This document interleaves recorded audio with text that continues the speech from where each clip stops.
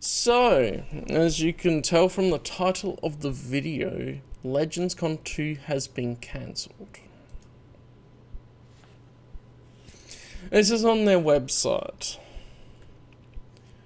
We at Legends Consortium LLC are sorry to inform you that LegendsCon 2 has been cancelled. We tried our best, but unfortunately not enough tickets were sold to make this event happen. We'd like to thank all of our wonderful guests for taking a chance on us again. We'd like to thank the Twin Sons Foundation and the College Park Centre for working with us. And we'd like to thank all of you for your support. Everyone from those who have been there since our first LegendsCon event in Burbank, CA, to those who have only recently found us. We would never have gotten this far over the years without you. Take care of yourselves, Legends Consortium LLC. This is very unfortunate for everyone that was excited to go and enjoy it. I think after my previous video, I could see two sides to it, but I think that people may overplay the importance of exactly what is causing the ticket sales to not cover the costs. I think I want to raise a few points to say that they could have downscaled a bit. The original LegendsCon, on the website to check, had 14 guests.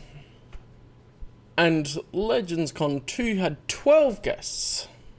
Which is like, that is very ambitious, because from these 14 guests, you could say, let's do half of those. Let's do 7 instead. And even if you want to do 8 because Joe Bonjour is on there. I feel like that would have been a smarter business decision after knowing that there would be 2 Legends or Expanded Universe conventions. They're both called LegendsCon or Legends Expo anyway, but anyway. So they were being ambitious, trying to have nearly as many guests as the original LegendsCon, when it would already be a smaller group of people attending, buying tickets to be able to cover the costs, because there's 2, and regardless of the drama and everything, there would be people that can't afford to go to 2 conventions, so they would have to pick one or the other, maybe because of location or because of other reasons. And I heard from someone that venues in Texas are a bit more expensive, and that's only second-hand information I've got, but that is quite a possibility as well of why the ticket sales didn't cover the costs. Like, if you're thinking about it from a business decision, you have less people going to be able to attend, but you're trying to bring in the same amount of guests as the first convention. Maybe they had a couple. I don't know what went into all of this exactly, because I'm not part of it. But they did announce all of these. Whereas, not to compare too much, but I can see Legends Expo still going ahead because they don't have as many guests. They've announced 3 so far. They will probably have more. But I think this is trying to look at the approach that they've taken with the convention to be able to say, oh look, what's realistic for having at least half the people be going to one or the other. And I don't know if there's some other decisions that may have caused this, but the drama, I guess, I didn't want to bring into it too much, but the drama that was going on would put some people off of LegendsCon 2 and other people off of Legends Expo. But it's just disappointing to see that all of this divide in fandom is causing things to not work out and people do not have something else to enjoy. Because, just going off of the initial split, I reckon that they wouldn't have had the ticket sales to be able to cover the costs, even if there wasn't that piece at the start, like near when it happened, talking about the Legends Expo version of what went on and all that sort of thing. And I still don't know 100% what to believe, but I do have stuff that I've heard about after I released my video on it that leans me a little bit more towards the Expo side. But hey, I wanted this to work out. I wanted to, well, in my head, it's almost like I wanted to be proven wrong, because I'd like to see it work out. I'd like to see everything work out and people to enjoy it and just enjoy the EU. And they had some great names here. Like, they had Chris Avalon and Michael Stackpole, Troy Denning, Kevin J. Anderson, John Whitman, which I was really surprised how good Galaxy of Fear was when I read it. And some of them I have to look at, but it's like, well, yeah, it's sad for everyone that was excited and gonna go, and recorded panels could be put up afterwards to listen to, I would imagine, which would be really good. And Barbara Hambley's in both Expo and LegendsCon 2, and they would get different things out of her, probably. That would have been really interesting to see how who they have asking questions would approach the same person.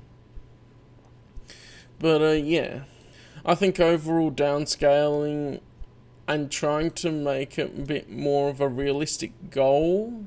I have no idea what they've talked about behind the scenes, if they talked about downscaling and downsizing it to be more affordable, that sort of thing. But as you can see, this could have worked out if they had less costs, possibly, because I don't know the numbers, but the ticket sales and everything could have worked out for that. Who knows? But that's what I'm seeing as a consideration and something to learn from it, maybe, if they have another crack at LegendsCon 2, like, it might be LegendsCon 3, it'd be weird to call it that when 2 hasn't happened. They've seemed to have completely cancelled this, so there's that.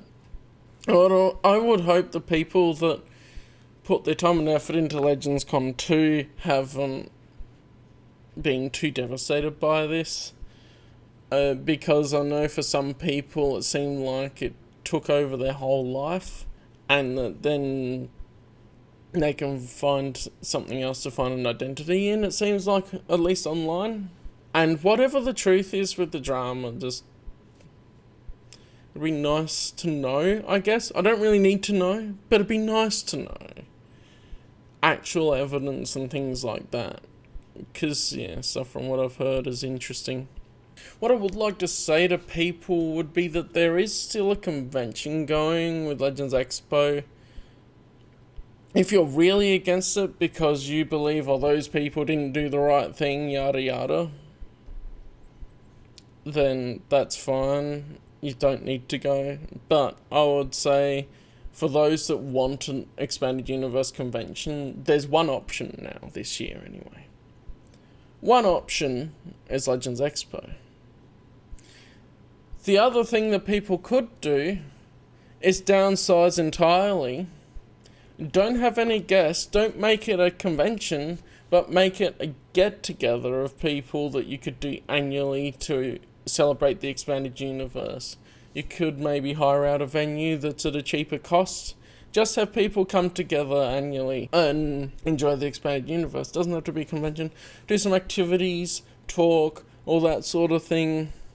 And that way, yes, you might go have a bit of a ticket to cover some of the costs of setting it up, but it wouldn't be as much, and more people may be able to make it.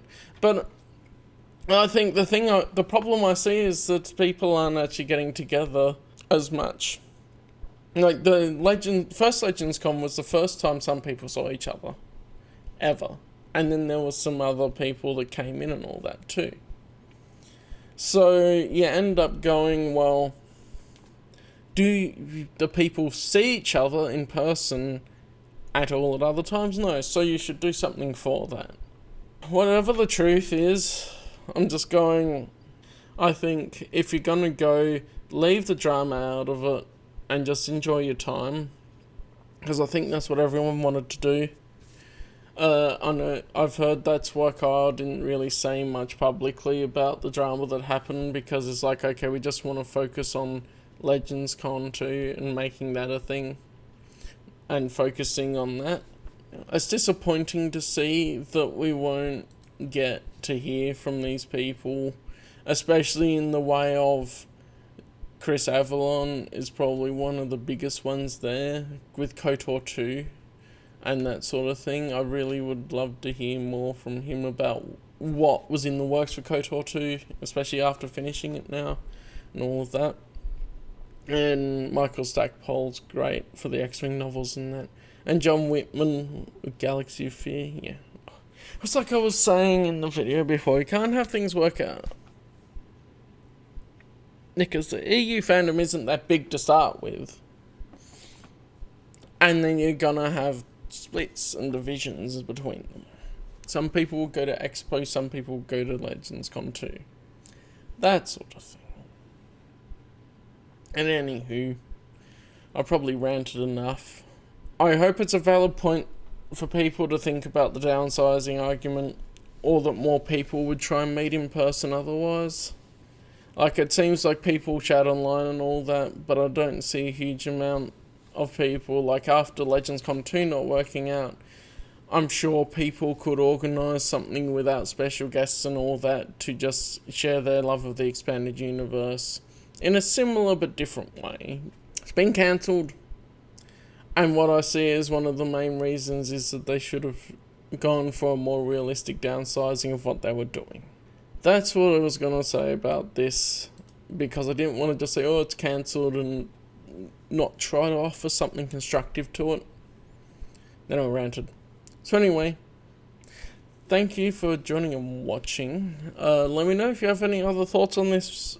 Otherwise, I would love to hear if anyone wants to, about if that would have been a reasonable suggestion to do to be able to keep LegendsCon 2 going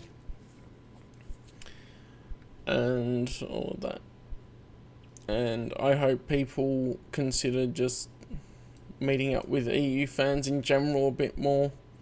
It's difficult living in Australia for me to go and meet the guys in the US and whatever, because we're a minority of the Star Wars fandom, generally speaking, because there's a lot of casuals in the Star Wars fandom as a whole, and all of that. But I would hope that if anyone is in Australia, let me know. And hey, if we end up being able to meet up and that, good I'd love that. It'll be cool to get to actually know some other EU fans other than Jeff that lives here. I know a friend from high school loved the EU, but yeah, it's like one of those things where we don't talk anymore, and he's gone off and done his own thing, and life takes us those ways too. But yeah, that sort of thing. Try and just do something to get together, because other than LegendsCon, where do people get together? I don't know, I don't see that. Only online, and only in certain niches and cliques. So yeah, here's a video straight off the bat, 2025. I'll see you next time.